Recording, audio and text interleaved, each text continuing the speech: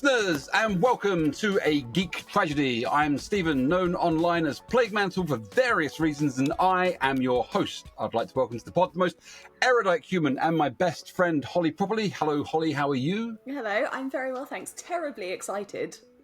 Have you sat on something again? Here. No, not today. Oh, that's good. That's that then. And of course, our very own Salvage Man and crafter par excellence, Mark Caudry. Hello, Mark, how are you? I'm very well and also very excited about this week's guest. Hidden behind the scenes is our producer and long-suffering Kit, who shall be named Drum Kit, Airfix Kit, Cross-stitch. Cross-stitch Kit. Cross-stitch Kit. Aurora Kit. I've done Aurora Kit. Oh, no, not today. Okay. And Stephen, how are you? Yeah, I'm not bad, actually. I'm also tremendously excited, as I will elucidate on right now, because it's been a rollercoaster month for us. We have spoken lots about the wanderings of Halloween, how it's changed from its roots to the geeknomenon. Can we say geeknomenon? Like phenomenon, but geeknomenon? I thought you were going for Geekonomicon. Like the Necronomicon, but for geeks. Oh, it is now, okay. Oh, we've waited into how film and TV have changed, traditions have changed. We've touched on all the things that we celebrate at Halloween across the world. We've even had some guests on from around the world. It's been very exciting. And then we've frothed about the things that have touched our freaky, geeky hearts and rocked our macabre, I can't use that now, spoopy worlds at length, and now we reach the end of our journey. As ever, at the end of our section, we reach out for a special guest to make us look vaguely attractive to the podcasting world in general. Occasionally, we've managed to marry the guest to the material that we have thrown out there over the month. We have, for you this month, Success, the Master of Terror, a legend amongst our people, a man to whom so many of you, I know because I've spoken to you, have been inspired over your geeky lives, and who I have waited 35 years to be live on screen with. So calm your excited hearts. Your life force is in danger as we introduce Hugo Myatt. Mark, we take it away. Welcome, stranger, to Treguard of Dunshelm. Hello. Welcome to our show. Thank you very much for joining us. Thank you for having me. Well, very kind. We are, well, as you can see from Holly's face especially, very excited to have you on our show. And for those of our listeners, I imagine most people who have seen your name will go, ooh, we're listening to this one. But for those who maybe are not of a certain age, would you care to introduce yourself and your legendary role? Well, it's interesting this. I've been asked, I was asked before the programme was well known what it's all about. And the only thing you can really say is you get some children, you put a bucket over one of their heads, and you've got three of them to shout at him, and then the audience at home shout at all of them. That's basically it. Was that the elevator pitch? Yeah. Thanks for listening to the show, everyone. I mean, one thing I've always felt is we actually were the only programme that really did audience participation. I.e., the people at home were so busy shouting at it, So that's quite good, isn't it? I think that's amazing. Yeah. I mean, it was an incredibly groundbreaking show. It was. I don't know how to explain it, really. I mean, one of the things people don't understand is that although it was recorded, we did it as though it were live. So there was no retakes and no rehearsals. I mean, there were camera rehearsals, obviously, but there were no rehearsals with the kids. Otherwise, it wouldn't have been a contest, would it? So there we are. We got out there, and you never knew what was going to happen. We haven't really got into the question bit yet, but like, as we're talking about the whole thing, the set itself, what I understand, was real, and you had the blue screen room. As Holly, what was it called? Chroma key room. Right. I have to know: was the fireplace you stood next to real? And if so, was it bloody hot? It was astonishingly hot. It was powered by gas, and every time we had the slightest break, makeup would come in with this sweat pouring off me. It was very hot. I mean, it was mad, really, the whole thing. But yes, I mean, the only live set was real set was the one I was in. We actually had two chroma key sets. The kids only went into one, but we used to put other things like a what do you call it? A prancing horse. There was a great stallion that was up doing sort of. That was crazy. But it was actually just in the room next door. Yeah. Yeah. So The they horse. thought it was there, but it wasn't. It was clever stuff. Hugo, when we were filming Smirkanov, it's on the like the second floor of a warehouse, and there's a lift, and then suddenly, while we're all setting up the dragon, this horse comes out of the lift. So, listeners, if you don't know, so whilst we have obviously the great presenter of Knightmare, we also have the man that made the dragon for the show, Mark. You've heard him on various pods talking about the things that he's made. Smirkanov was a great dragon which appeared on Knightmare, and Mark made it for the show. And so they kind of worked together a little bit. But Dragon's name was Smirkanov. Yeah, I was going to ask you, where did that name come from? Was it a bottle of vodka or what? I should think it's out of Tim somehow, because he came up with wonderful things. He also came up with what is it? Bog off. I know that's now buy one get one free. He coined this one because we couldn't say anything rude, really, so he came up with bog off when we wanted to get rid of people or whatever. Nice. I said to people at school. Now I remember why. That's grand. So we're going to ask you a whole load of questions in a moment. Generally speaking, people that come on the show, we talk about being geeks. Geeks equating to, people that love their hobbies. Could be anything. Can be running around doing D&D related things, or it could be collecting postcards. We don't really mind.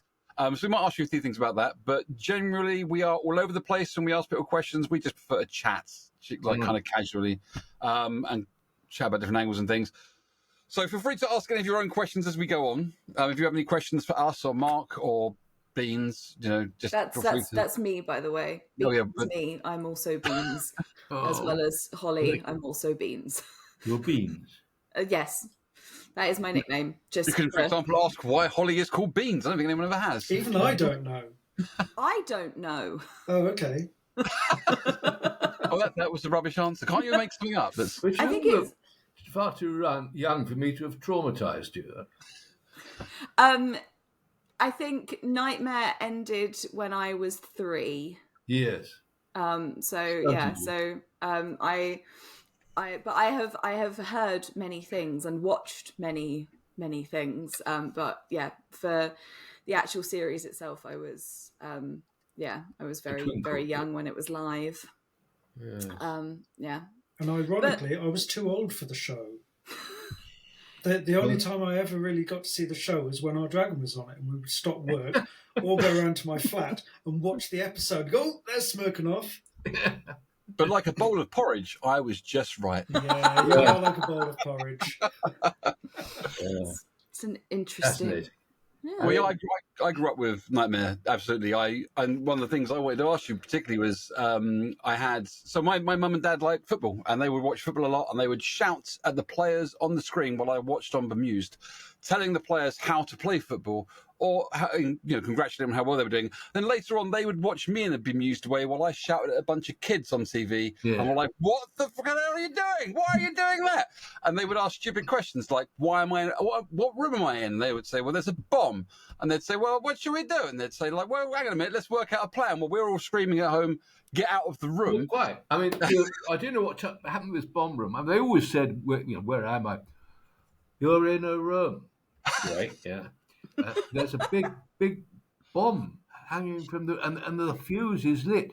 What should we do? Yeah, what should we do? Well, what we could do, get out is the obvious thing to do.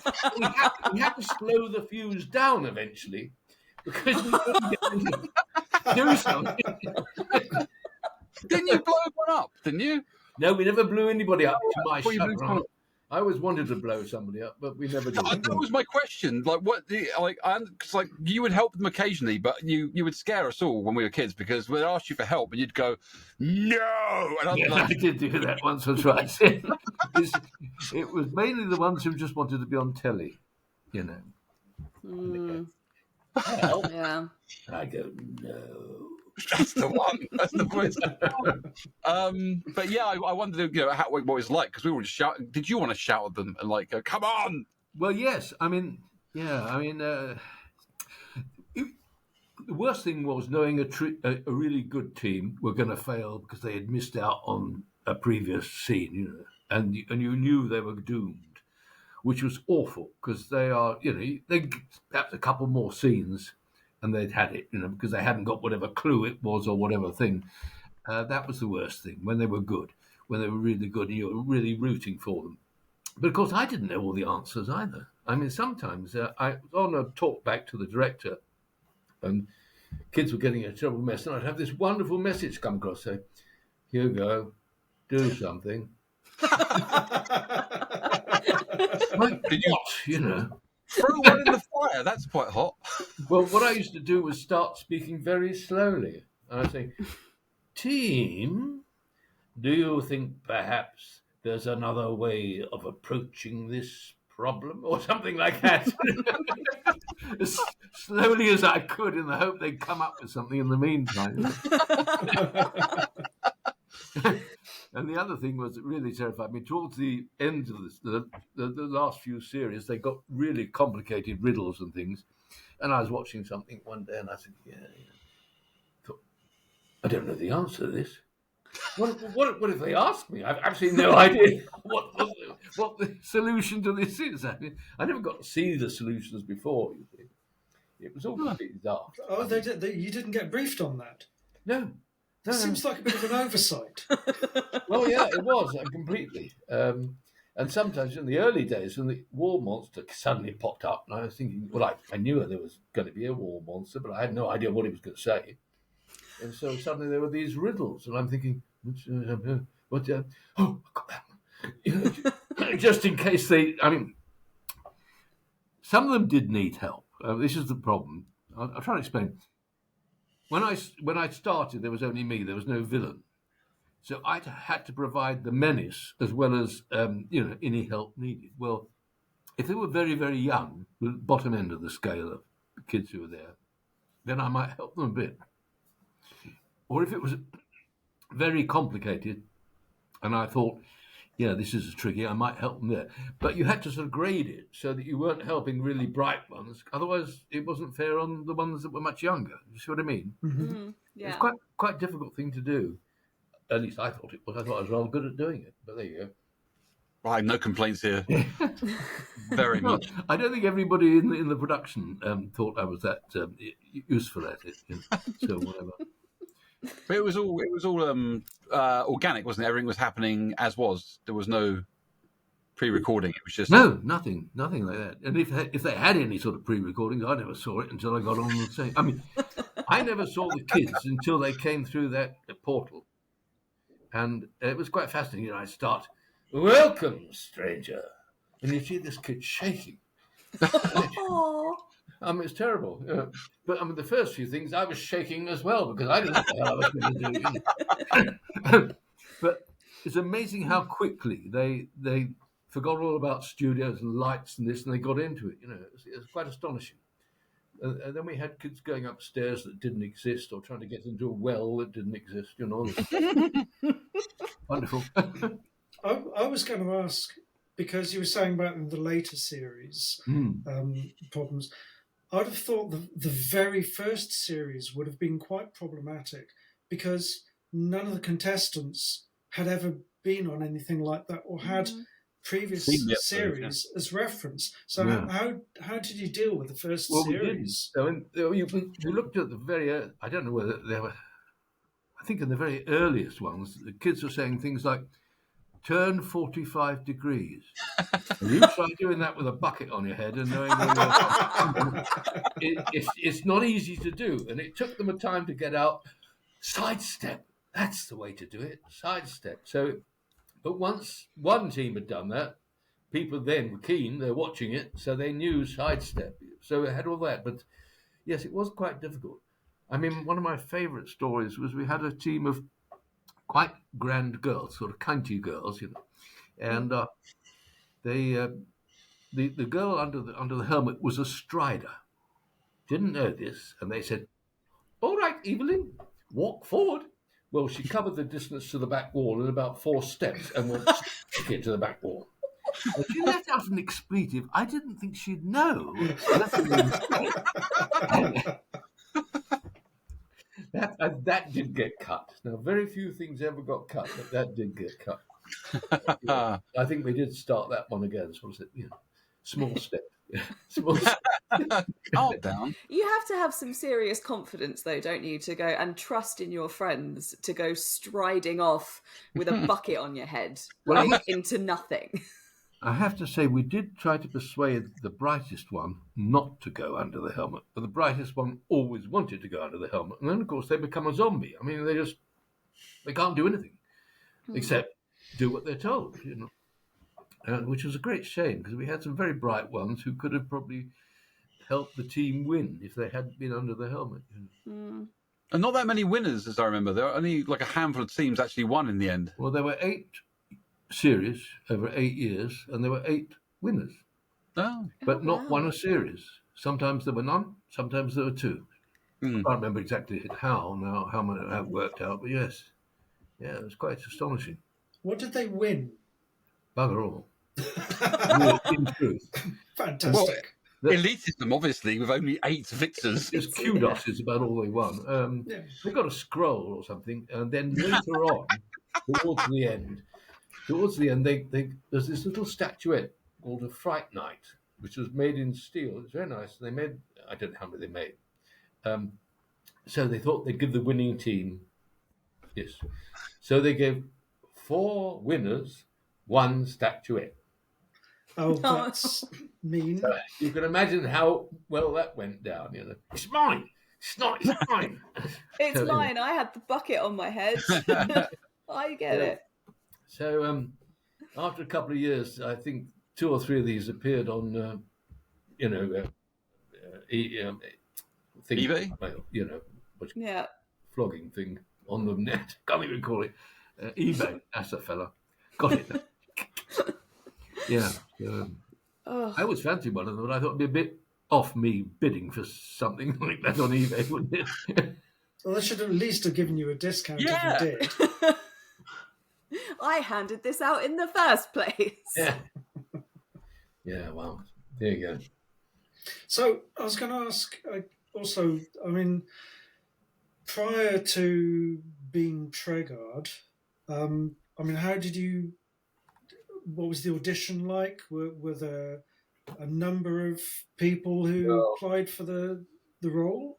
Well, I was sleeping under this box in Charing Cross, And Tim Charles I've actually been an actor for 20 years when this came out. Now, it's a quite long story. I'll try and be brief with it.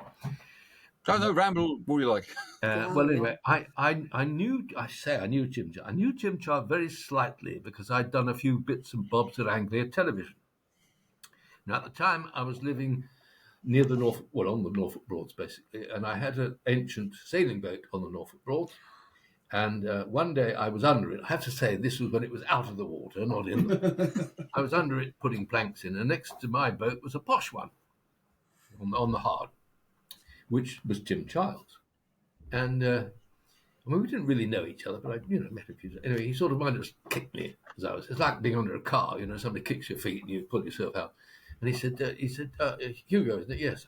He said, you're an actor, aren't you? I said, yes. He said, well, he said, we're making a pilot of something. It's, it's just an experiment, really. It won't be shown, but we're making this pilot, and we kind of, we sort of need an actor to do it. Would you be interested? So I said, well, yes. He said, a few bob in the hand. So I said, great. So he took me to a pub and explained it all to me. And I said, yes, right, I get it, yeah. I didn't understand a bloody word he was talking about. Not a single thing. I mean, the concept, I didn't grasp at all. Anyway, nonetheless, came to the doing it, and I began to sort of see, how it was going to work and everything. And we did this little, it was about 15-minute pilot. And his son played the one under the helmet. I don't remember who did the advisors, or were there any, I don't know. But anyway, so did that. Very pleased to have a few bob. I could put another plank in the boat. And more or less forgot about it. And then 6 months later or something, he phoned me up and said, Hugo, we're going to do another pilot, this time a full-length one, a bit more, sophisticated and complicated. Would you be interested? I said, oh, yes. He said, well, a bit more money in that. So I said, lovely. So I did that. And I got the hang of it by then. And I thought it was great. But I knew perfectly well that I wouldn't get it. Because with all these pilots, and I've done pilots before, the actor that does the pilot never gets the job. They want a name. They want a face. They don't want someone that the audience can know. So anyway, after that, I literally wrote it off and forgot about it. And then, I don't know how long later, I got this phone call from Tim Chard. He said, "Oh, Hugo." I said, "Yes, hello, Tim, how are you?" He said, "We've got a series." I said, "Well, wonderful. Congratulations. Terrific." He said, "No, you silly. We've got a series, you and me." And that's how it all came about. I mean, it's as silly as that. Oh, that's fantastic. That is very cool. I love that. Yeah. Yeah. Holly, you had the questions about other things that Hugo has done. I do. So one of my it kind of starts in a similar way, really.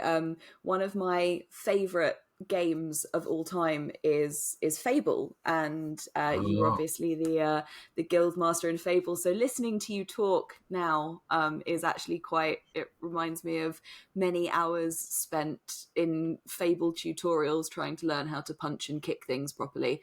And I think I kind of wondered if there was a sort of a progression there from Treguard. If sort of that kind of sort of semi fantasy element of Knightmare kind of led you down to Fable. Well, the truth is that, that's why I got to do it. I mean, I've actually done quite a lot of computer games, and I have to confess here, I've never played a computer game in my life. I don't even know what I'm saying or why I'm saying. It's a bit like Alec Guinness playing whatever it was in Star Wars. And Obi-Wan Kenobi. He said, "I just read the script. I didn't know what the heck it was about." So I'm afraid to disappoint you. I know nothing about computer games except having voiced a lot of them. I mean, I don't think you need to know a lot about them to have that role is iconic for people that play Fable. That slightly amused me, although it pissed me off at the time, was that I did 2, I think, things of Fable, and then for the third one, they decided they wanted names, and they got all these well-known names, and it hardly sold at all. Yes. Revenge. Yes, it was a bit like that, but I was a bit pissed off, because I'd done so much there. But yeah, I mean, voiceovers and things like that are extremely odd. You can either do sort of 20 minutes and get paid a fortune, or you can do horrendous amounts and get paid practically nothing. One I did was nothing to do with computer games, but I got booked to do, I thought, a short voiceover. And I got there, and it was a wad of paper like this. And I went, "Oh, what's this?" And it turned out to be the Red Baron, Baron von Richthofen's diaries, the great German fighter ace of the First World War. And all these, sight unseen, I'm starting this thing, and it's full of German names, German regiments, German planes, German this, German. I didn't speak German, so I worked that out. And it took about, I don't know, more than 40 minutes to get through this lot. And I got to the end of this. And the director said, "Oh, that was all right then. We'll go for a take."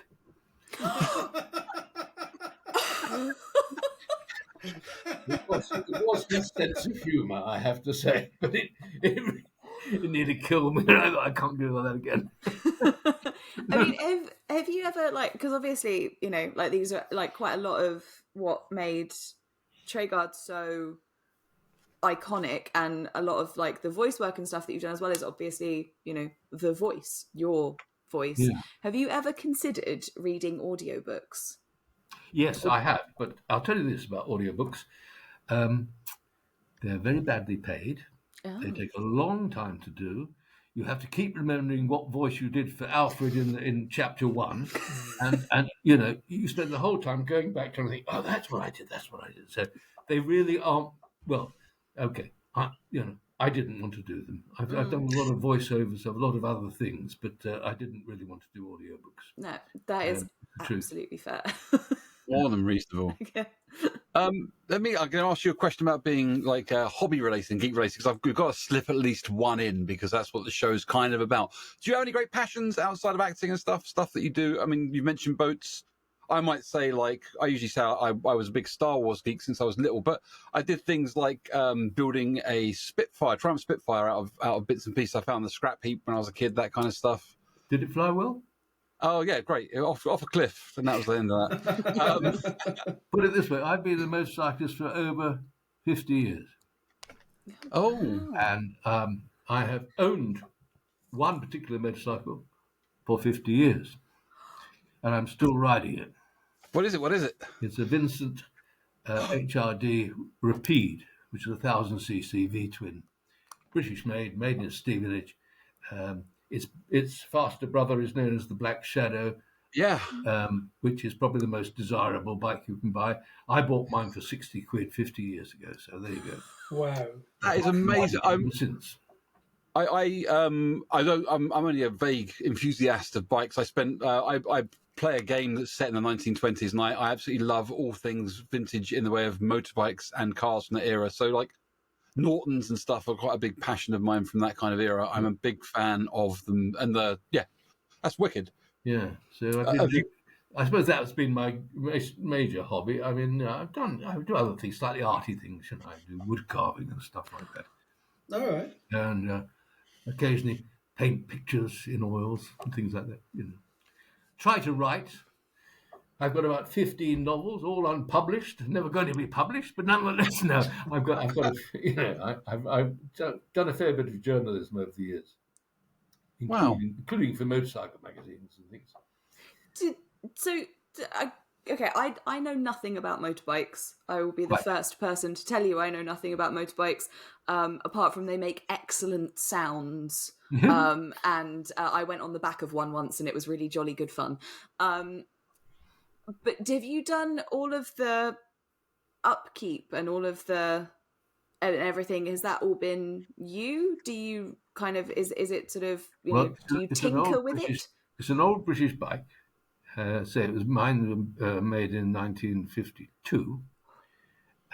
You took it to a motorcycle dealer or garage or whatever to say, they wouldn't know what to do with it. They wouldn't know where to start. So I've had to do it all myself, except for really complicated things like, they need real engineers, like renewing the big ends or the main bearings or something.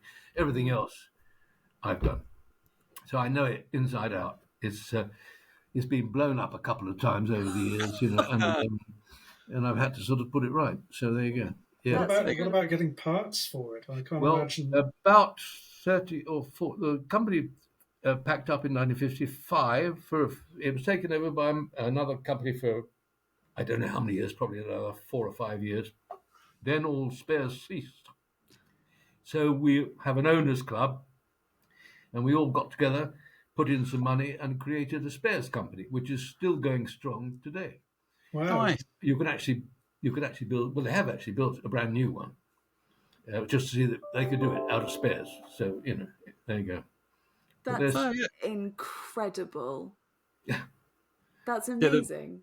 The Black Shadow that Hugo mentioned was like the world's first superbike, basically. Well, it was a Rapide actually. It's just a slightly more tuned up version of the Rapide. The Rapide was pre-war. The Rapide was they advertised it the fastest thing on 2, 3, or 4 wheels. Yep, fastest production machine. Well, it's 1000cc. That's a lot of motor. Yeah. It's good for in solo trim. It's good for 110 for the Rapide and 125 for the Black Shadow. But of course, you've never done that. If you want to go really mad and buy the racing version, the Black Lightning will take you to 150. Wow. Okay. Private and this was all before 1955, so think. Wow. There you go. And British. Sorry, chaps. I'll shut up about my passion. No, that's what we love.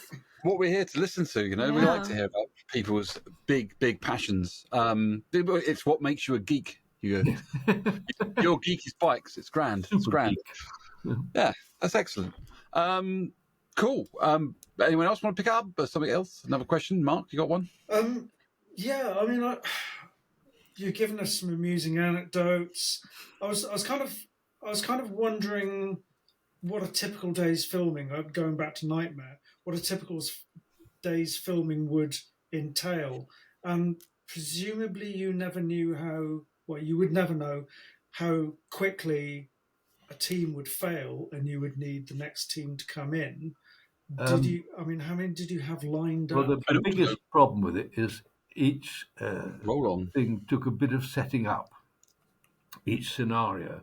That was largely because of the way the thing worked. You probably realise that David Rowe, who did all the early sets, they're not sets, of course, they're just drawings, basic paintings, or what you would call it, but they all had to be done according to a grid for perspective.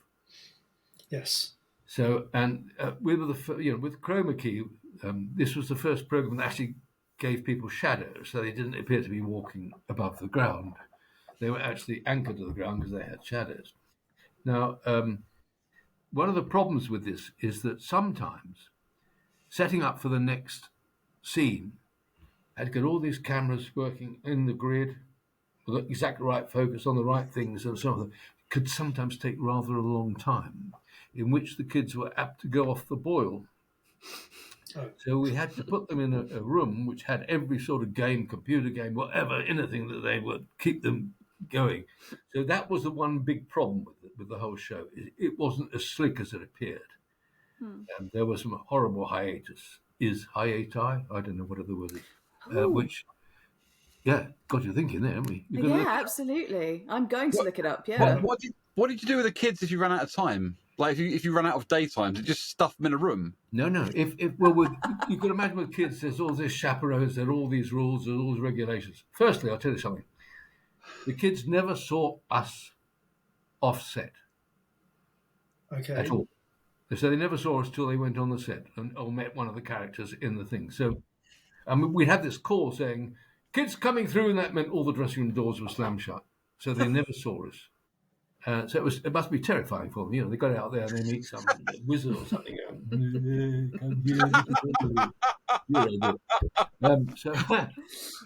So that was the one thing. But talking about, there was an end of the day, they had to stop, whether the kids had finished their game or not. So we had to put them up for the night in a hotel. They had a chaperone, but, whatever. But it didn't always work out quite like that. So one occasion, these kids, boys, fell out, had a fight. One of them came in the next morning with a wonderful black eye. And this is not the one with the bucket on his head. This is the middle of their game. So it was supposed to be makeup. We're going, oh my God, what are we going to do with this? So they spent hours. We didn't start the show for ages because they would spend hours trying to make this poor kid's eye look like the other one, you know. Yes, that was quite interesting, I must say. But for me, I mean, I started off the day. There's something funny actually about this. You get into the studio, go into makeup, and they do the makeup, and I'm still going through these scripts because I've got I don't know how many things to do that I've got to get right, and I can't get it wrong. Otherwise, you screw up the whole thing, and they'd have to start again. That'd be terrible. So I've got to get it right. So it's quite a strain. I have to say, in 8 years, I never got anything wrong. I never stopped because of me. But anyway, yeah. So this accounts for my orange period. Now I don't know if you see all the series. I go from just a normal-looking sort of bloke, and suddenly it looks as though I spent the whole year in the Bahamas.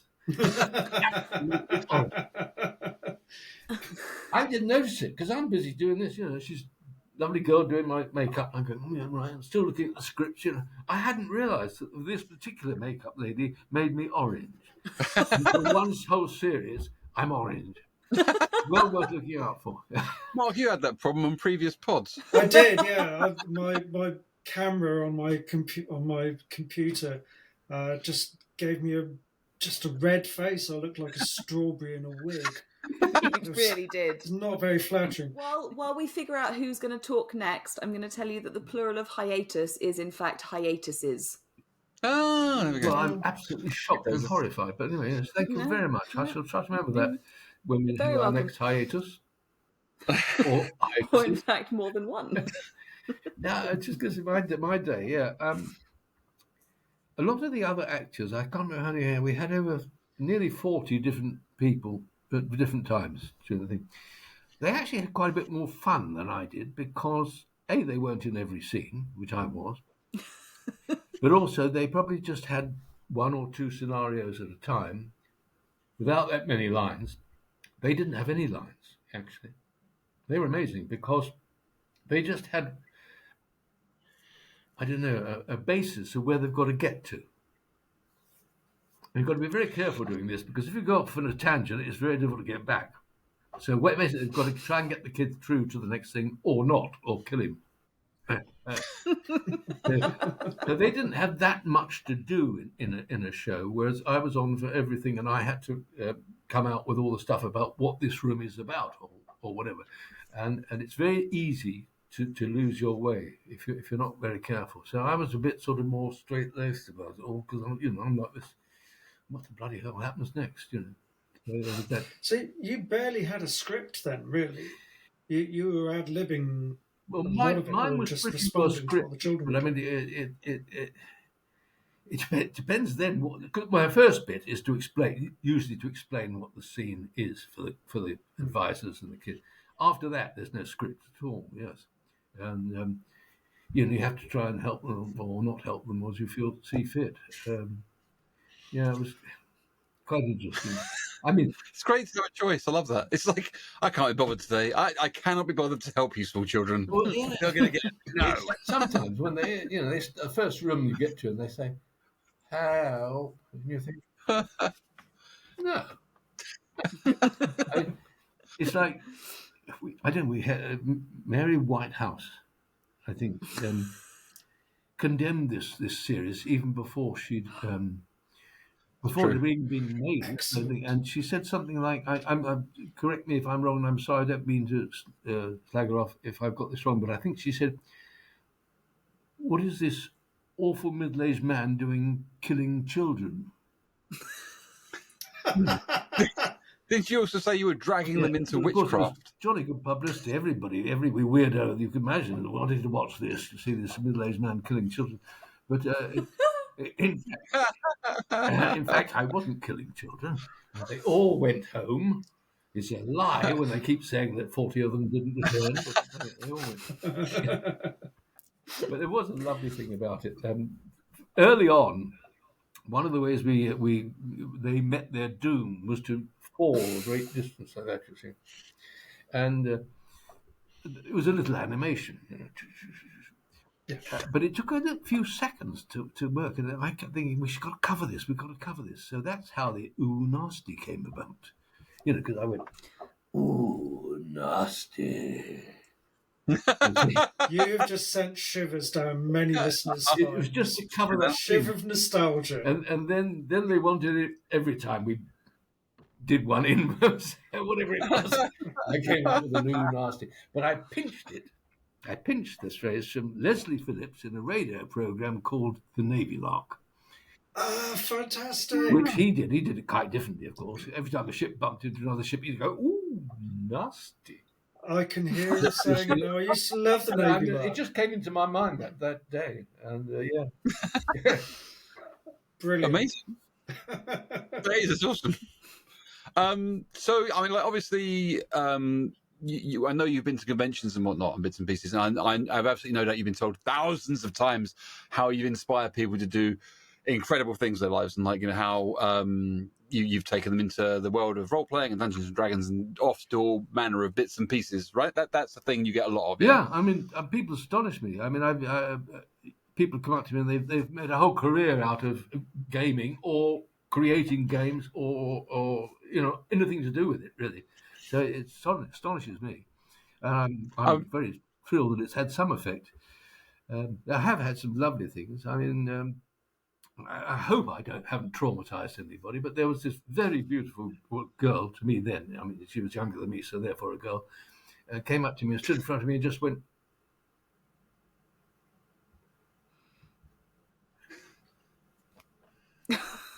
For the listeners, there's a lot of That was facial it. expression. I wrote an autograph, and she, Aw. Oh, bless. not a word. She was That's sweet. amazing. A lot of the listeners message us and kind of talk about how they're enjoying our shows, and I've told them that you were going to be on. There was a lot of love and outreach, kind of going, "Oh, can you say hello?" I can't say hello from everyone, but there's a lot of people out there that are waiting to hear your words and all that nostalgia. You inspired them to go on and become like creators of board games and role playing games. Yeah, and I mean, manner of things that we're surrounded by. what's the thing called? Oh dear, I can't think what it's called. I got invited to give out the prizes for role playing game. What's it called? Thinking about role playing. I can't think what the title of that is now, but very nice. I also, years and years ago, when I first started, I got invited to be. I hope I've got this right, not libeling. But I got invited to be the honorary president of the Treguard or Cheddar or something, Dungeons and Dragons Society. So I said, "Oh, lovely." Nice. Oh, wow. I never heard a word from them again, so I don't know whether or what. Well, maybe I have no idea. Maybe they're all sitting in a room waiting for you to turn up. So, where's the president? Yeah, I don't know. Perhaps they're still looking for me in the Cheddar Gore in the cave. I don't know. But yeah, We'll check next time we're there. Well, it worked for me. Like I was a kid. I went on to do lots of role playing and bits and pieces. Your whole welcome stranger. That's how it feels. The first time you kind of walk into a role playing game and you don't know anyone, and the ref says, "Come on, welcome on board." It's that moment, and you get taken into a game. And I have to. I've been using your voice for years whenever I'm running a game. I just it's been grand. And I would definitely say a good 90% of what I do now is because I watched Knightmare, because it happened, and it brought a lot of people at school who probably wouldn't have got into doing that kind of stuff into my kind of orbit, and yeah, it was grand. yes, school has been probably when I had a cottage in Norfolk where I lived, and next door to me was a family with two boys. I suppose they were 9 or 10 or 10 or 11, and they went to school, and one of them said to school, "We live next to Treguard." In that voice. You'd hope so. Came back, another black eye. So, I feel responsible about black eyes. I felt terrible about that because they just didn't believe it. So whack. There we go. So, I mean, obviously now there's lots of big budget sword and sorcery, fantasy genre productions, the Lord of the Rings films and Game of Thrones and stuff. I mean, do you ever come across any of that? I get people saying to me, "Why aren't you in that?" Would you like to be? Well, of course, I'm still waiting for the call. Is it really? Oh, excuse me, Hollywood. Yeah, I'd love to. I think I've kind of missed the boat now. I'm not quite as young as I was. Not that. I mean, I've done over 200 plays in theatre. Believe it or not, I've done 38 pantomimes. Mostly playing. Okay. Don't do it. Don't do it. Don't do it. Don't do it. Oh, None of us were going to do it. I was. Okay, Holly was going to do it. I was gonna make a pantomime joke. And tremble, for I am the wickedest man in the world. Yeah, I've done a few pantos in my time. That was actually genuinely quite scary. Yeah, oh yeah, I've had people come round to the stage door saying, "You make my kid cry." So you don't often get cast as Widow Twanky, then? No, I've never done Dame. I played a few other parts, but mostly for most of the 38, I was directing a lot of them as well. But I did play all the villains, Abenazer and King Rat and all these various villains. It's the same part, it's just different frock. But what I did like doing, I think it's on YouTube, is Chuckle Brothers. I played Count Vlad, basically Dracula. Okay. Sorry, he's dead now, I'm sad to say. The little one, can't think of his name now. Paul. Paul. He was terrified of me. Absolutely Was he really? terrified. Yeah. I grew up with the Chuckle Brothers. I loved the Chuckle But it's Brothers. called Out for the Count. It's worth digging up just for the fun of it, you know. I'm definitely gonna go and take a look We're at that. all going to go online and find that. Yeah, absolutely, It's absolutely. Holly, you had a interesting. question? It'd be interesting to know that bit, that he was just scared to death of it. He wouldn't come near me. Well, that didn't do anything, you know, apart from just playing the part. But yeah, it's very strange. It was fun to do. Just your ominous presence. Yeah. Yeah, I don't know why. Except I wasn't as fat. But there you go. It's getting old.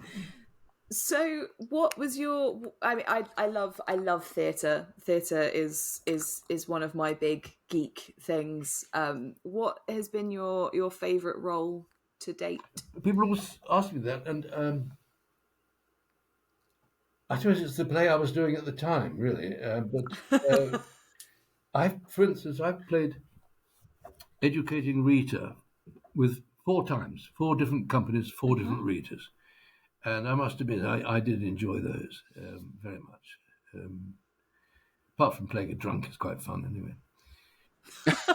But the secret of playing a drunk is trying not to be drunk. You know, if you watch people drunk, they're trying very hard not to be drunk. Of course absolutely. You know, Yeah. So it's great fun to do. Yeah, there you go. That's so cool. We studied Educating Rita to death when I was at school. We did it for I think we studied it once a year for about 4 years. Yeah, that's the trouble, isn't it? And so it's one of those where, you know, I've watched the film and seen it by sort of, you know, so many different companies because we've done it so much, but it still sticks in my head as I think it's probably one of the best plays I've ever had to. Great piece, isn't it? But I've played. I haven't played much Shakespeare, about 2, and that's about as much as I want to do. Not for any particular reason. It's just I just quite like some humour in what I do. So I've done quite a lot of farce. I've played from Neil Simon to all sorts, you know, British farce, Coonies and Ralph. What's his name? Flynn Rin. I don't know. I can't remember his name. All sorts, really. Lots of drama. See, there's the humour. The inevitable thrillers with Agatha Christie's and Durbridge and all that stuff, Drearbridge as we used to call him. And so, yeah, I've done them all, really. I've played some of the best theatres in the world, some of them on the end of piers. I was trying to think the other day, how many piers have I done? I think I've done 3. I can't remember what the third one is. I did Cromer. I did Bournemouth. Oh, I did one in Weston-super-Mare, I think, yes. I've been all the best places. I made a ghost train for Weston-super-Mare Pier, or built a lot of stuff for it, and then it burnt down. Not immediately afterwards, obviously. You know, there was a decent period of time that I couldn't be blamed for the whole thing. Was the Cheddar Gorge D&D Society on that train? You know, there was yes. I have to say that my wife's father, he was a producer, and it was his show that was in there when the theatre burnt down. Oh no! And yes, so yeah, theatres are apt to do that, burn down. Yeah, it's all the ghost lights. Well, no, I think it's carelessness really, but there's a lot of darkness backstage, and people, fags, you know, where am I going to put my fag down? You know? There's a stage weight, put it in there. Just assume I'll be fine. You know. So theatre, film as well. I think. Where have you been? What's the? I mean, I don't know. The question is kind of what's the most ridiculous thing you've been asked to do on film? Because every time I've spoken to anyone that's been on film, they've always got the most ridiculous stories. Well, the whole film was ridiculous. That's the whole film. It was when I got this part in this film, and which was going to be filmed in Romania, in Bucharest, which was fine, and. But between my getting the one part, the people who were going to play it, the leading role, we got through 3, I think, before I landed. I mean, I set off on the plane. By the time I landed, they'd got through 3 different things, and and it had changed its name from A Man with a Movie Camera to Snuff Movie. That's a Okay, worry. yeah, that's Right? got to be slightly worrying. Yeah, it was. But I didn't know all this, of course. So I got there and I'm playing this part, which is the sort of second lead, or whatever, supporting guy to the main geezer. And I did terrible things to people. I talked to them. I crucified a naked woman. I shot everybody at the end. Blimey! Yeah, and it was it was Bernard Rowe's film, for God's sake. It wasn't rubbish or supposed to be. You know, he was the great director, Bernard Rowe, and everything I got there. And Lisa Enos, who was actually his wife at the time, played the main leading role. She used to spend her whole time naked, as far as I could tell. And somebody said to me one day, she said, "Where's Lisa?" I said, "She's in the room where she's." I said, "Oh God, she's naked everywhere. She's somewhere there, somewhere." The whole thing was semi-pornographic, and I was taken aback by it. But they paid me so much money, and I had my own trailer, my own really paid one. I had that before. I just got that, you know, and it was in Bucharest, for heaven's sake. What are you going to do in Bucharest? You know, so it went on forever, and it came out, and I think we went to the premiere in the what's the main theatre in Leicester Square called? I can't think, whatever it is anyway. Oh, I know this because I've been there. I can't remember. Anyway, and it shot, you know, for that whole performance, it was great. That was it, though. I don't think it ever went on anywhere else. Wow. We're definitely going to have to search that one out as well. Yeah. Not a chance. I don't think it's on Prime I don't or think it's anywhere. Netflix. And I don't think it did Bernard Rowe's career much good either. Wait, Well, that was a good question. it does have. That was a surprising answer. But yeah, it was Jerome Krabbe who played the lead. Now you won't know who he is, but if you ever saw The Fugitive, the film, not the television series, he was the villain chasing them. He played a lot of villains in Hollywood. He's a Dutchman, I think he is, but he was the main geezer in this. Was that Harrison Ford? Yeah, that was the Harrison Ford one. Yeah. The bloke who was, you know, trying to get him was, or the bloke who really done it, or whatever it was Jerome Krabbe. Oh, it didn't get very good reviews. I'm not surprised. The last thing I did in film wasn't much. I did a brief moment in Vendetta with Danny Dyer. Oh. Ah. But yes, I made other films that have disappeared. It doesn't seem that Hollywood rates me very highly. If it's any consolation, Hugo, I've done stuff on things which nobody has ever seen. Yeah. Spent months of my life working on things which no one is ever going to see. It's just the industry, isn't it? Well, I can remember I thought it was a great part for Disney, for Buena Vista or whatever they, you know, think. Mm-hmm. And it was a film on HMS Warrior. Do you know HMS Warrior? Yes, I love HMS Warrior. Yeah, the anchor weighs the same as 8 minis. Yeah, it's a square rig ship, but it's actually metal, steel or iron, I suppose, bound. It was what would you say, between the sort of wooden walls of England and ironclads. This was the one in between. So it had one damn great big gun on it, but otherwise it was like a sort of old-fashioned sailing ship. So cool. Anyway, I did this thing. I never knew what the full story was about. I started off being a very good sort of naval officer, you know, Royal Navy, and then I turned into a pirate with a parrot and a wooden leg. And I spent the whole script didn't make sense to me, but I metamorphosized into this pirate, and the parrot kept eating my ear, which, you know, and I did this thing, and the punters were still going around the ship, you know, the visitors or guests or what do you call them, and so the bit we were doing, I think, was on the quarterdeck. They roped it off so we could do the filming, but there was a companionway. This is very nautical. That's a stairway going down to the next deck, you see. And but at the end of the stairway, they'd roped off because I didn't want any of the visitors, to come up the stairs. Anyway, during this thing, I got fed up with the parrot. I was a bit fed up with this leg being stuck up behind me and strapped up. And we had a break, so I went down and sat on these steps, sort of exhausted like this. They'd taken the parrot away, fortunately. So I was there, sitting on these steps like that. And this woman and her family came past, and she said, "Oh, he looks very real, doesn't he?" I went, "I am real."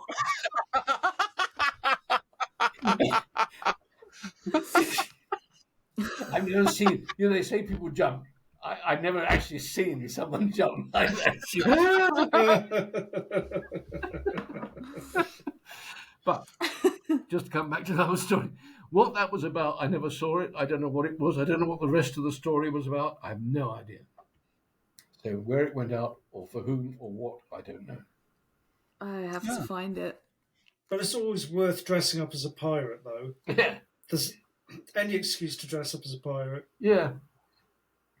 It's always like I always wanted a tricorn hat, but it's difficult to know where you'd wear it, isn't it? Oh, there's the Plymouth Pirate Festival, which I go to every year, and that's a perfect excuse to wear a tricorn. Is it? Oh, good. Yeah, I'll send you an invite. Day to day, just, doing the washing up, wear your tricorn. Hanging up the laundry, wear your tricorn. You can wear them anywhere. It's a multi-purpose hat. You're Dick Turpin or something. It's all right. Well, there I mean, I would love to be Dick Turpin. That would be great. Well, I once got on a coach from Victoria Coach Station to go to York. I knew this boded badly because he started off going south of the river. And I thought, yeah, right. It took 11 hours to get to York. Ooh. And as we got off, I said, "Do you know that Dick Turpin did it in 6 hours on a horse?"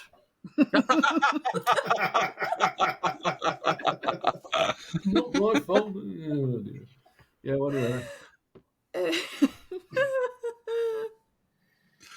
Sorry about this. Carry on. Tell me. Ask me something. Ask me another. Ask you another. Go on, Mark. Have a go. Mark, you've got a big list of questions. What else you got? Oh, I've got through quite a few of them. I was going to ask because you were saying earlier about the supporting cast of characters that came and went within the show.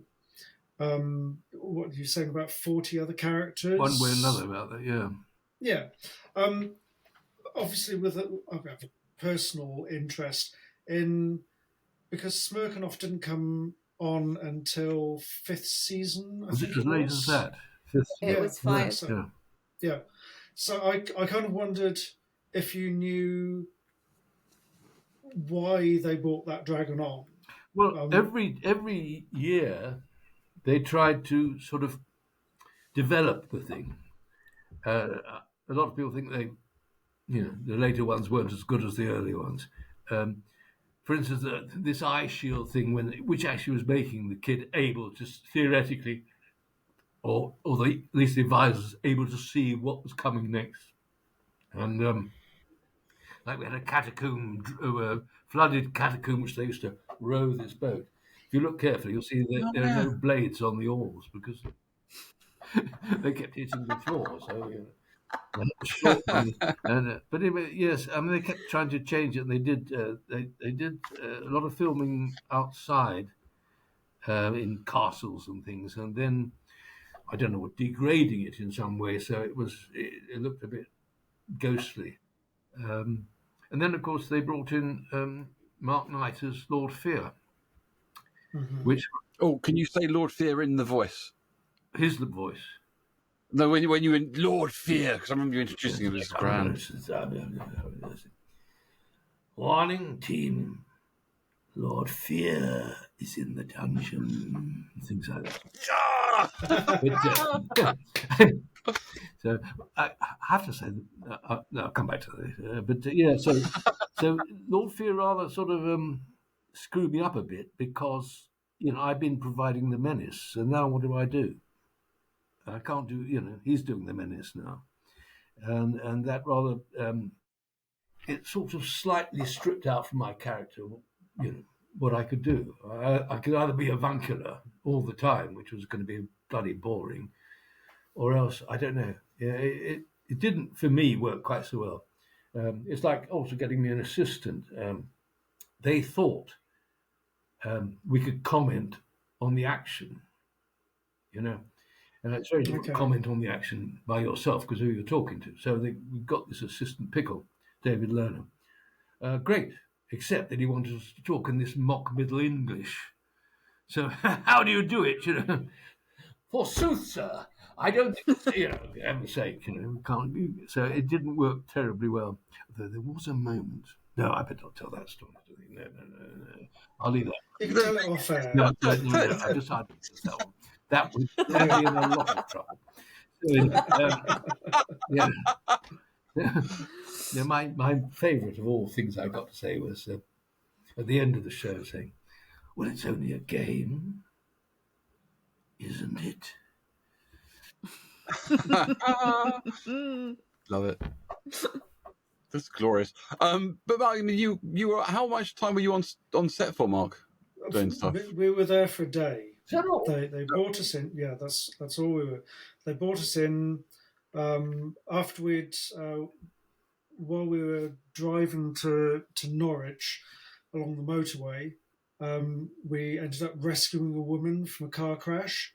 She'd had a blowout in the third lane, sped right in front of us, and she was fine. Oh, right. She was fine, shaken but fine. Yeah. So on the way to filming, that happened. Then we arrived. We unpacked the dragon from the back of the van, took it up into the void, and got everything set up. And then, literally, I think in terms of filming, probably less than an hour. Really? We were just doing a generic flight sequence, and then a bit of like head turning because I operated Smirnoff's head. Bill and Marie were operating the wings independently, and then the girl Claire was operating the tail. So there were four of us operating it, and we, of course, we were all in our blue onesies, yeah. And myself and Bill, who was the guy who kind of ran the company that I worked for and we made Smirnoff, we were in our dressing room getting into these onesies, and I said to Bill, "Oh, we look like superheroes." So I just got a bit of paper and a pair of scissors. We cut out a lightning bolt for one of us and a pair of wings to stick on the ears on the other one. Pinned these onto the front. We leapt because the changing room was like pretty much on adjacent to the set, yeah. So we flung open the door, leapt out on the set, and went dun dun dun to absolute deafening silence because the entire film crew was just waiting for us, and Tim was just there. "Thank you. Can we get on with it?" Yes, sorry. Just took our logos off and sat down meekly underneath the dragon and just carried on doing that. We did theoretically have directors as well as Tim in the box. Can you imagine? Okay. I don't think they got a word out. Anyways, I don't know what they directed, but yeah, he was in charge of everything. I mean, he was a very clever bloke, and he's a good friend of mine now. But I mean, you know, it was. Yeah, it was a bit... Tim was lovely. Tim was really good to us. And after we were filming, he said, you know, you're in Norwich for a night. He says, "Come out, I'll take you on the boat. We'll go on the Norfolk Broads a bit. Yeah, we'll have a drink and celebrate them." We thought, "Oh, that's great." So we all got on his nice boat, and he cracked open a bottle of wine, and it was evening. I think, "Oh, this is lovely." We were pottering along, and the one of the puppeteers, she was a young placement student with the company who had come along and was doing puppeteering, and she got talking to Tim, very relaxed, and saying, "So this is like that other show, isn't it?" And Tim was going, "There is no other show like this." We said, no, there's another one. It's really rubbish. It's the one with the kids got the helmets on. And we were standing behind Tim going, no. And Tim just went, "That is this show." She was very, very quiet for the rest of the boat trip. But he was very gracious about the whole thing. I told you a story about Tim and his boat. I can't remember what. I suppose it must have been a Friday night. We'd finished filming and got a weekend off, And he said, "Why don't you come out and we'll go down on the boat. We'll go down to Reedham Ferry. There's a pub, the Reedham Arms, which is a bit down. Anyway, so I said, yeah, all right. I was going to sit back and learn my lines, but yeah, I'll come out. Anyway, we got on board this boat. It was quite late. I have to say first that it was the early days of mobile phones, when they're a bit of brick. And Tim had a shoulder holster. Do you remember that? Yeah. We used to put the big phone in the shoulder holster thing. Anyway, okay. So off we go down to Reedham Ferry. I mean, this is from Coldham Hall, Surlingham. It's quite a way by river. We'll eventually get there, and we actually have to double park because there's some other geezers put there, so we double more. We go into the pub, and we have a lovely time. Get quite slewed, and then come out to sail back, and a Norfolk fret in a heavy mist. We couldn't even see the other side of the river. Oh no! So we're thinking, oh right, okay. Anyway, so we start up the stingboat, and off we go. And we're sort of feeling our way along the bank, and we knew there were a couple of inlets we got to watch and not go down because we end up, a one-way street, so to speak. So anyway, we eventually got back to where we'd started, and there were a lot of moored boats along the side, and for some reason, he and I had started speaking in a sort of Irish, which we thought was very funny at the time, you see. And we bumped into a couple of these boats, and the blinds came up. Look, what's going on? And we were saying, "Hi, I'm so sorry." And all this nonsense was going on, you see. And we eventually got to the mooring, and he said, "Well, you nip out with a rond anchor." I don't know what a rond anchor is. It's like half an anchor. So you've got the main shaft, then there's just one fluke, you see, which I had under my arm, like that, as I leapt ashore to bury this thing in the grassy verge, so to speak. Anyway, we did all that. And then we went our own way. I somehow got home, he somehow got home. Fine. It can't have been a Friday because it was the next day we were back in the studio. The police turn up. And they said to Tim, they said, got a bit of a problem going on. He said, your boat, I think, has probably been broken into. We think there's an IRA active service unit in the area. Oh, God. Because we've had witnesses saying they've seen two of these fellows. One had got a submachine gun under his arm, and the other one had got a shoulder holster with a gun.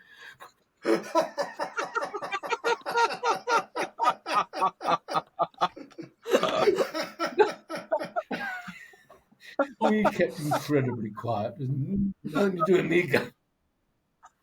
So I don't know what they did. We heard helicopters. We thought, oh my God, they're searching the whole of the Broads for these people.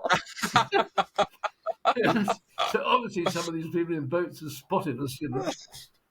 Anyway, so they are. Interesting detail.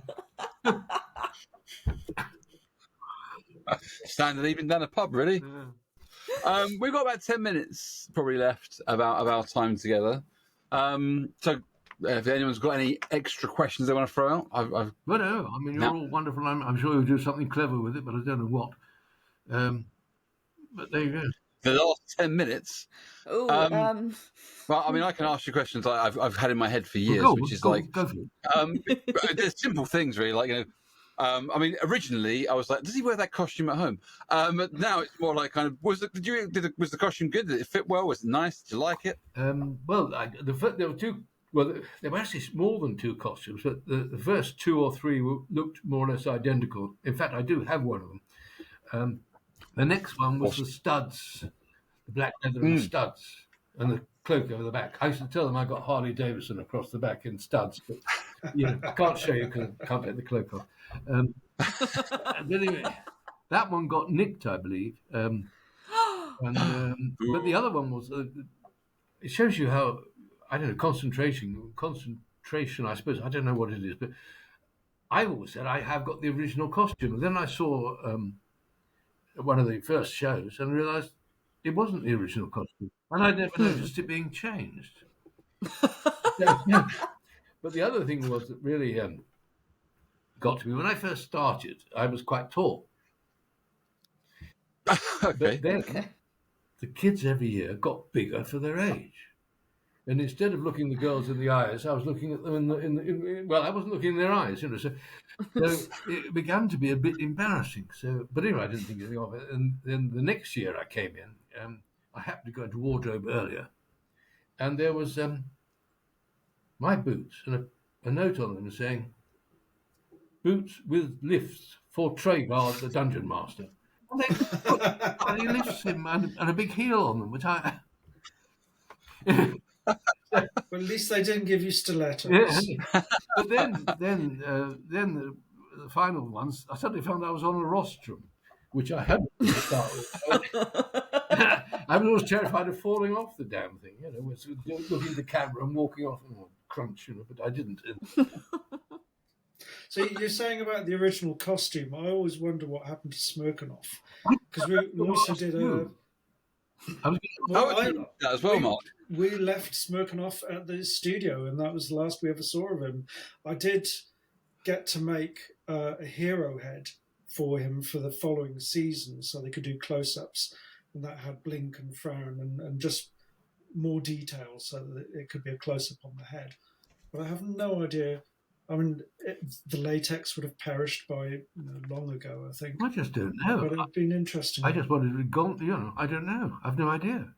No. It's a bit like the helmet, you know. The helmet actually ended up with a, gosh, what's his first name? Stephen Boyd? Oh, I'm sorry. Dr. Boyd. Stupid, I can't forgetting his first name. Oh, it's terrible. But he was in one of the winning teams as a lad. And he ran a sort of, want a better term, a fan club for Knightmare. And somehow he's got that helmet. Oh, wow, okay. That's amazing. You know, there's a Knightmare Live, the stage show that they've done. Have you ever been invited on that? I have. I've done some cameos. In fact, I have a, what's it? I can't remember which theatre it's in Shaftesbury Avenue. There are a lot. There are a lot of those. I know. I'm trying to think which one it is. Is the Lyceum or the other one beginning with L? I can't think which. Lyric. It was the Lyric, I think. I've been there. That's where we saw Hadestown. That is where we saw Hadestown. I knew I'd been there. They did a Knightmare Live. It was when they were doing the tribute to. I'm getting old. Anyway, they did a Knightmare Live on the Sunday night, and I did an appearance. And I thought, well, you know, I don't know who the hell I am or anything. So, but I walked out there, and for a few minutes, it was like being a pop star. They just went absolutely wild. I couldn't get my lines out. I couldn't do anything for 2 or 3 minutes. They just were going mad. It was a wonderful moment. I mean, all the things that never happened to me in life were encapsulated in that one performance. But you see, that this is how influential Knightmare and your character have been on so many people. I mean, you must have felt the love from the audience there. I mean, I did love doing the conventions. I mean, I got rather screwed by COVID, and that was more or less the end of them. Yeah, because I met people who were so keen and so, you know, it meant so much to them. I mean, the number of people who said, "You made my childhood," and I felt terribly humble, and also wondered whether they turned out to be homicidal maniacs, you know. But you do have to wonder. No, but they probably didn't kill as many children as you apparently did. Yeah, I had all sorts of people say that to me. One was a brain surgeon, you know, a really eminent brain surgeon. He said, "You know, you really did make my childhood." I think, oh gosh. So, okay, here's another question for you. Knightmare and yourself made so many people's childhoods. What made your childhood? What were you watching? I didn't have a television for a long time. But I'm now 79. So what were you listening to then? In the war, the end of the war, and talk about austerity. I hear people talk about austerity now. They haven't a clue what austerity really is. Austerity after the war was tough, really tough. And we didn't have a television. In fact, I was about 15 or 16, I think, before we got a tiny little television. By then, I was more interested in riding my motorcycles than I was watching television. So television really didn't influence me at all. I think radio probably did. I used to know all sorts of catchphrases from radio. Shall I do you now, sir? Which is Itmar. And again, the Navy Lark and Ken Platt. I won't take my coat off, I'm not stopping. And, all these ridiculous catchphrases. And I worked with some very, very ancient people who are long since dead. I mean, Sandy Powell, I worked with them. I worked with Adelaide Hall, who was a great blues singer of the 30s. And June Bromhill, and people you've never heard of, but go back to pre-war. Dickie Murdoch, who was a comedian, made his name in radio, and a lot of these people did. Sandy Powell did, and people like that. See, so I worked for them. I'll tell you how this came about. A lot of times you're out of work, you try and find something to do. What they now call fringe. We used to call it off West End or something in those days. But what I used to do is music hall in pubs. Chairman of music hall. Good evening, ladies and gentlemen. Welcome to an evening of fun, frivolity of the world famous, whatever it is, and all that stuff. And I did these in pubs and things. But as a young actor, I was sending my CV to every theatre in the country, and the Hope something. And one of my letters stayed on the mat at a dark theatre, i.e. a theatre not being used, in Ilfracombe for a year. And then a guy called Nigel, oh God, I can't remember his name now, Brooks, came in, and he was besotted with music hall. He was a musician who ran session singers for all sorts of important people and things. And he wanted to put on a music hall in his own hometown, which was Ilfracombe. Found my letter, said, do you do chairman? I said, yes. Got a 15-week season doing music hall. From that, I got invited to do other music halls. And one was the City Varieties Leeds, which is, of course, where the programme, if you won't remember it, but it was a programme called The Good Old Days. Oh, God, yeah, I remember that. Which was, the chairman was a chap called Leonard Sachs. And the compare. Yeah. And he did the Sunday night programme, which was broadcast to the BBC. Whilst he was doing that, I was chairman doing the Monday to Saturday. So doing that, I got all these fantastic acts from way, way back. Some were genuine musical, others were a variety of things, Harry Seacombe, Hattie Jakes, people like that. So I worked with all these incredible people. Wow! And introducing them, and doing a few gags and a lot of this. I used to do that thing, good evening, ladies and gentlemen, welcome to the evening of fun and frivolity at the world-famous City Variety Leeds, where laughter reigns supreme and joy is unrestrained. And when you meet Joy, you'll see just how unrestrained she can be. All this. So all of this nonsense. It's great fun. I did that I had about 5 years worth of doing musical, which it was a sort of fad at the time. There was a lot of it about. So there you go. Yeah. Wonderful. Wow. Yeah, that was absolutely unexpected. That's incredible. It was a lovely time. And then I did other ones, around the country after that. But it was fading, and then they started putting bands in, and you can't do music hall. Here's the ragtag band or whatever. It just doesn't work. So I packed it in. I don't know how to follow that. No. Come on, Stephen, you're the host. You should always have a. Well, the only thing I've got was just to kind of go back and say, I was one of those people whose lives were really impacted and made by Knightmare. That's lovely. That was what I was. The thing that sort of, slightly upset me was when you meet people who said, "Oh, I really wanted to get onto the show, And we did these auditions, and I knew nothing about how they got the teams, nothing.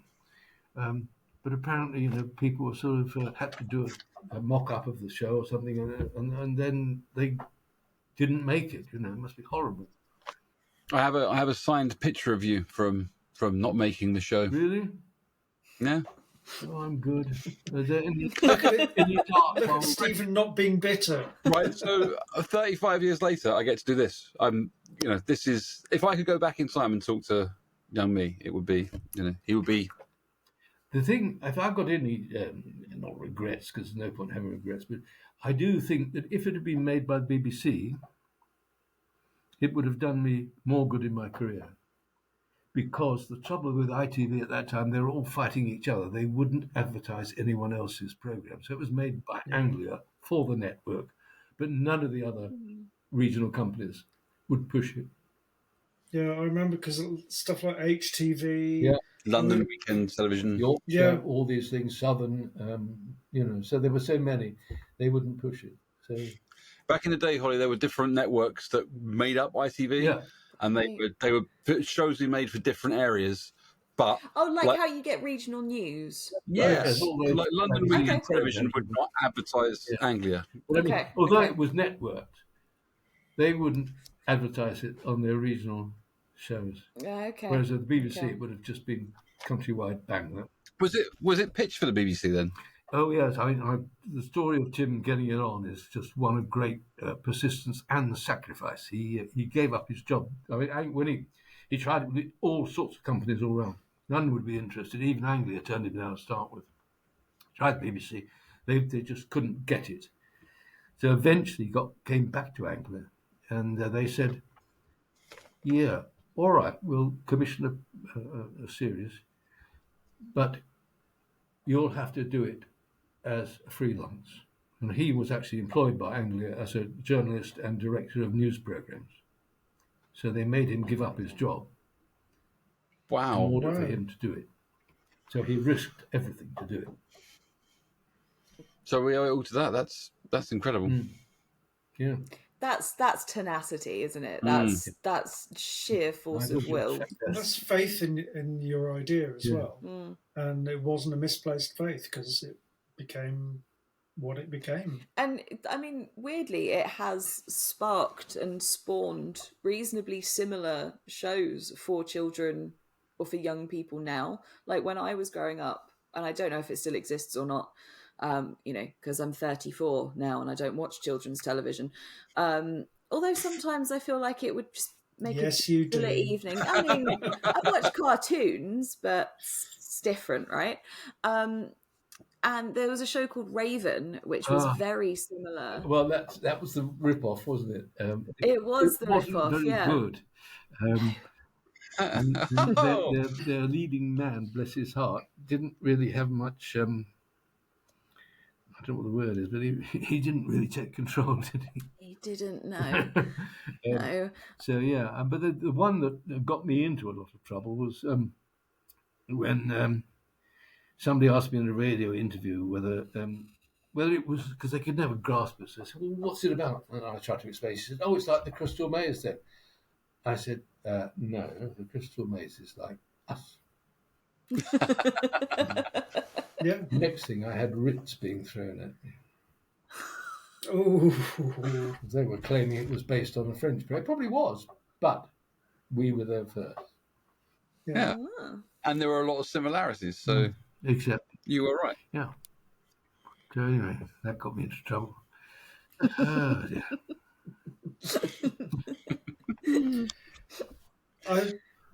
Hugo, I think we've probably You've had kept you enough for of me, right? Okay. No, Not at Right, all. that's fine. no. I was No. I was We going to could say, like, sit and listen to you forever. I was about to do the whole like kind of, if you've got any more anecdotes you want to throw at us, we're happy to listen to them. But otherwise, we're happy to wrap up for Well, the. there's 50 years of stage acting, but I won't go into all that. Maybe we could talk about that some other time. If you want to come back on, Hugo, and do some more chatting, we are more than happy to have you back. Absolutely. Thank you. And thank you. This has been Been an absolute nice to meet pleasure all to of you. listen to you. And great. I'll try and find out what happened to Smirkanoff. I'd be very interested. Oh, that would be great. I'd love to know what happened. I assumed it went back with you. You see, but obviously No, not. no, we never saw him again. Said a fond farewell to him, Oh. left him in the blue void, and off Maybe we he's went. still there.